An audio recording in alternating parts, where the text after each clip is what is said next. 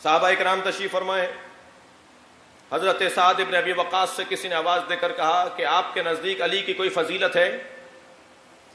میں نے کل کی مجلس میں عرض کیا تھا کہ بہت مشکل تھا صحابہ کرام کو اس سوال کا جواب دینا، خاص طور پر نبی کی رحلت کے بعد. ایک بڑی تعداد میں لوگ گریز کر جاتے تھے، اس سوال کا جواب نہیں دیتے تھے. خود حضرت ابو ہریرہ سے کسی نے پوچھا کہ آپ غدیر کے میدان میں کہاں تھے؟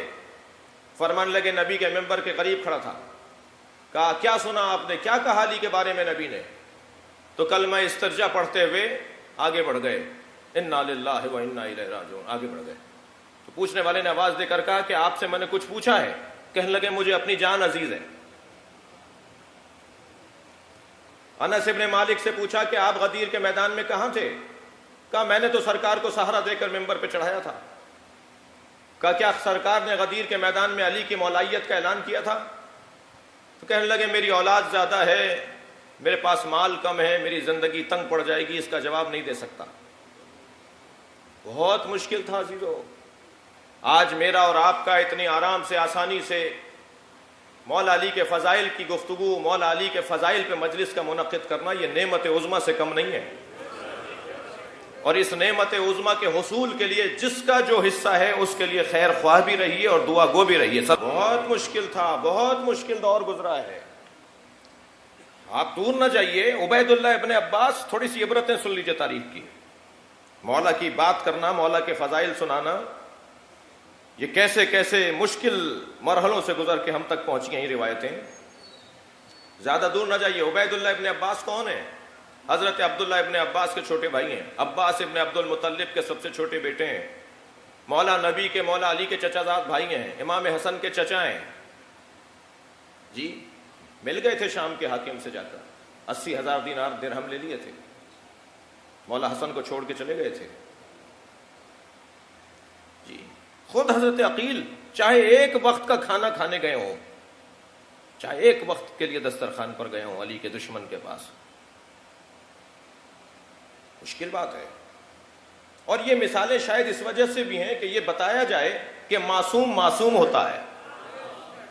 اس کی عصمت کو جو اللہ کی طرف سے قرار دی جاتی ہے اس پر اللہ کا پہرا ہوتا ہے، اللہ کے فرشتوں کا پہرا ہوتا ہے، اللہ بچانے والا ہوتا ہے انہیں. بہت مشکل وقت تھا. عبداللہ ابن سعد ابن ابی وقاص سے سوال ہو رہا ہے، آپ کے نزدیک علی کی فضیلت ہے؟ آپ نے کوئی علی کی فضیلت سنی؟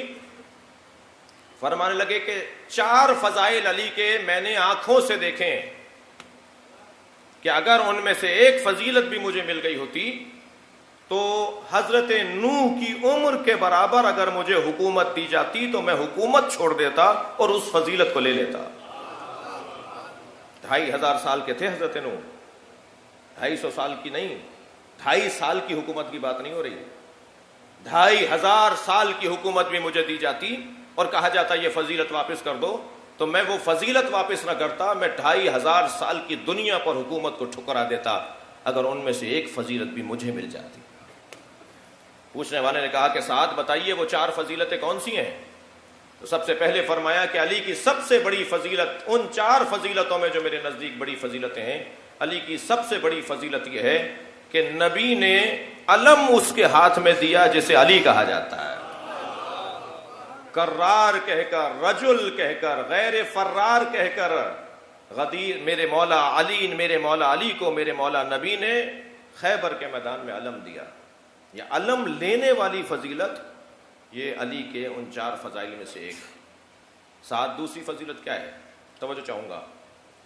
ساتھ کہنے لگے دوسری فضیلت علی کی یہ ہے کہ سورہ مبارکہ براءت، توجہ چاہوں گا، سورہ براءت،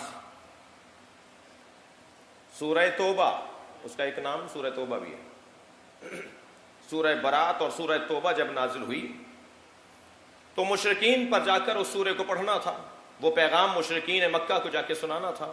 سرکار مدینے میں تھے، سورہ نازل ہوا کہ آپ یہ پیغام مشرکین تک پہنچا دیں.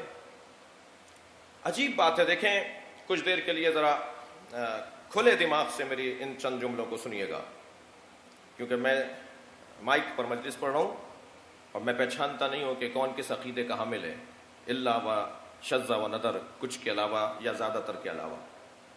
اگر ایک بھی میرا کوئی عزیز بھائی بیٹھا ہے تو اسے لمحہ فکریہ دے رہا ہوں.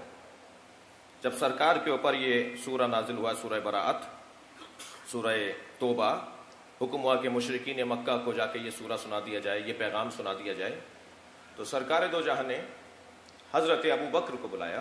سب نے لکھا ہے، ایک تاریخ کا واقعہ ہے، تاریخ کا باب ہے، ہر تفسیر میں یہی آپ کو ملے گا.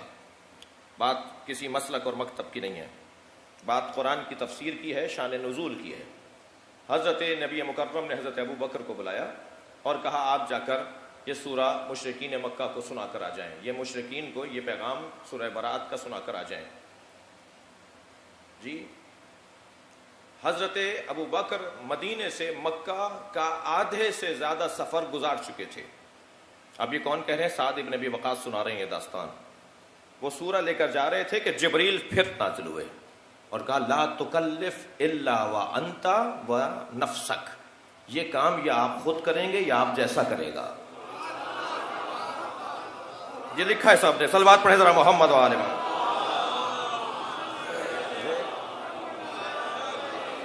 اور فوراً سرکار دو جہاں نے آواز دی علی کہاں ہے، علی کہاں ہے.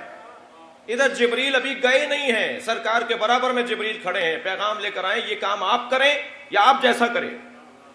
تو نبی نے آوازیں دینا شروع کی میرا علی کہاں ہے، علی کہاں ہے. فوراً مولا کائنات تشریف فرما ہوئے، یا رسول اللہ آپ نے مجھے یاد کیا ہے. علی فوراً گھوڑے پر بیٹھو، فوراً سواری کو آمادہ کرو اور اس رستے پر جاؤ جس رستے پہ ابو بکر مکے کی طرف جا رہے ہیں، اور ان کو جا کے کہو کہ حکم الہی آیا ہے کہ یا نبی پہنچائیں گے یا علی پہنچائے گا. کسی نے کہا یا رسول اللہ کیا پیغام آیا ہے؟ کہا مجھے اللہ کا پیغام ہے یا آپ پہنچائیں یا آپ جیسا. کہا یا رسول اللہ آپ نہیں جا رہے تو آپ جیسا. کہا مجھ جیسا علی کے علاوہ کوئی اور نہیں ہے. صلوات پڑھے محمد و آل محمد.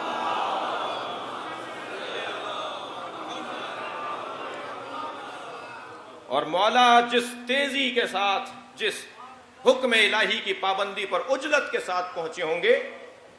ابھی حضرت ابو بکر آدھا رستہ گزار کے پہنچے تھے کہ ایک مرتبہ مولا نے آواز دی ٹھہریے. قافلہ ان کے ساتھ کوئی ایک دو فرد نہیں تھا، پورا قافلہ تھا. حضرت ابو بکر کو جا کے کہا کہ اللہ کے نبی نے آپ کو یہ حکم دیا تھا، آپ یہ لے کر جا رہے ہیں، اس کے بعد یہ حکم آیا ہے، اللہ کا حکم آیا ہے، لہٰذا پیغمبر نے مجھے بھیجا ہے کہ مجھ جیسا علی ہے تو میں پیغمبر کی جگہ یہ کام کرنے جا رہا ہوں. بہرحال تاریخ کا ایک حسین باب ہے. حضرت ابو بکر کی آنکھوں میں آنسو آئے. وہ امر مولا علی کے حوالے کرتے ہوئے، مگر کوئی چوں چرا نہیں کی انہوں نے. جو تاریخ میں لکھا ہے میں وہی بیان کروں گا. حضرت ابو بکر نے کوئی چوں چرا نہیں کی، کوئی بحث مباحثہ نہیں کیا. یہ نہیں کہا کہ نہیں میں پہنچاؤں گا. فوراً وہ جو دستاویز تھی، جو تحریر تھی، جو پیغام تھا، جو امر تھا، وہ مولا علی کے حوالے کیا اور وہاں سے وہ واپس ہوئے اور مولا آگے گئے. واپس آ کر رسول اللہ کی خدمت میں پہنچے تو رسول اللہ نے فرمایا کہ یہ حکم تمہیں روانہ کرنے کے بعد آیا تھا. سعد ابن ابی وقاص کہتے ہیں کہ ابو بکر کا جانا اور علی کا ان سے وہ امر لے کر پھر علی کا پیغام پہنچانا یہ خود دلیل خلافت علی ہے. بھائی صلوات پڑھے محمد و آل محمد.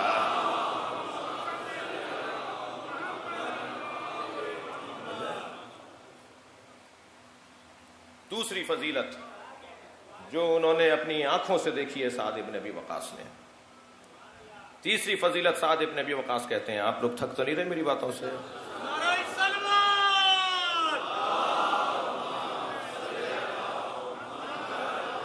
بڑی حسین بات ہے جو میں آپ کو سنانے جا رہا ہوں، آپ کی سنی ہوئی ہے، میرے لب و لہجے میں سن لیجئے.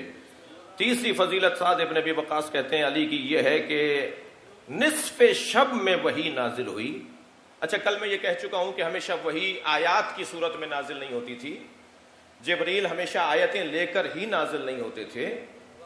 جی جبریل کبھی جھولا جھلانے بھی تو آتے تھے، جبریل کبھی چکی چلانے بھی تو آتے تھے، جبریل کبھی روٹیاں لینے بھی تو آتے تھے، جبریل مختلف احادیث قدسیہ کو لے کر جبریل آتے تھے. نصف شب گزر چکی تھی کہ ایک مرتبہ جبریل امین نازل ہوئے اور کہا کہ اللہ کا حکم یہ ہے کہ جتنے دروازے مسجد میں کھل رہے ہیں ان سب گھر والوں سے کہیں کہ وہ اپنے اپنے گھروں میں واپس چلے جائیں، اور اے اللہ کے رسول سارے دروازے بند کر دیجئے. سد الابواب، سارے دروازے بند کر دیں.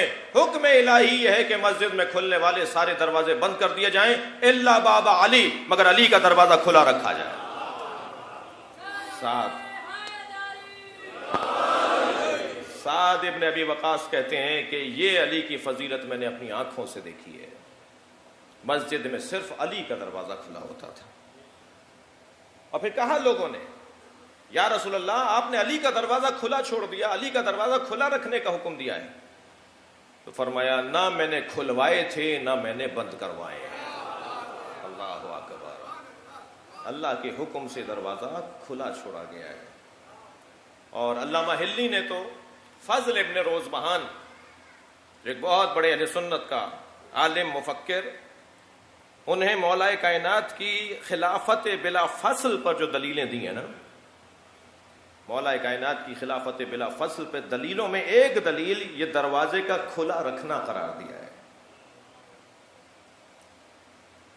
دیکھیے آیے تطہیر بھی عصمت پر دلیل ہے جی, لیکن سد الابواب کی جو روایت ہے, سد الابواب کا جو عنوان اور حدیث ہے, یہ دروازے سارے بند کر دیے گئے سوائے دروازہ علی کے, سوائے باب علی کے, یہ خود ایک دلیل عصمت بھی ہے. میرے اور آپ کے لیے حکم کیا ہے؟ مسجد میں نجاست کی حالت میں گزر بھی نہیں سکتے ہم. دقت چاہوں گا کچھ کہہ رہا ہوں. اگر کوئی نجاست کی حالت میں ہو تو مسجد سے گزر نہیں سکتا. کوئی چیز رکھ کے آنا حرام ہے, کوئی چیز اٹھا کے آنا حرام ہے, اٹھا کے لانا حرام ہے. مسجد سے گزرنا مرور حالت نجاست میں جائز نہیں ہے. توجہ ہے, علی کا دروازہ کھولا ہی اس لیے گیا ہے کہ یہاں نجاستوں کا گزر نہیں ہے, یہاں طہارتوں کا عنوان ہے, عصمتوں کا عنوان ہے. فرماتے ہیں چوتھی فضیلت جو میں نے اپنی آنکھوں سے دیکھی علی بن ابی طالب کی, وہ مباہلے میں پیغمبر اکرم اپنے جیسے کے عنوان پر کسی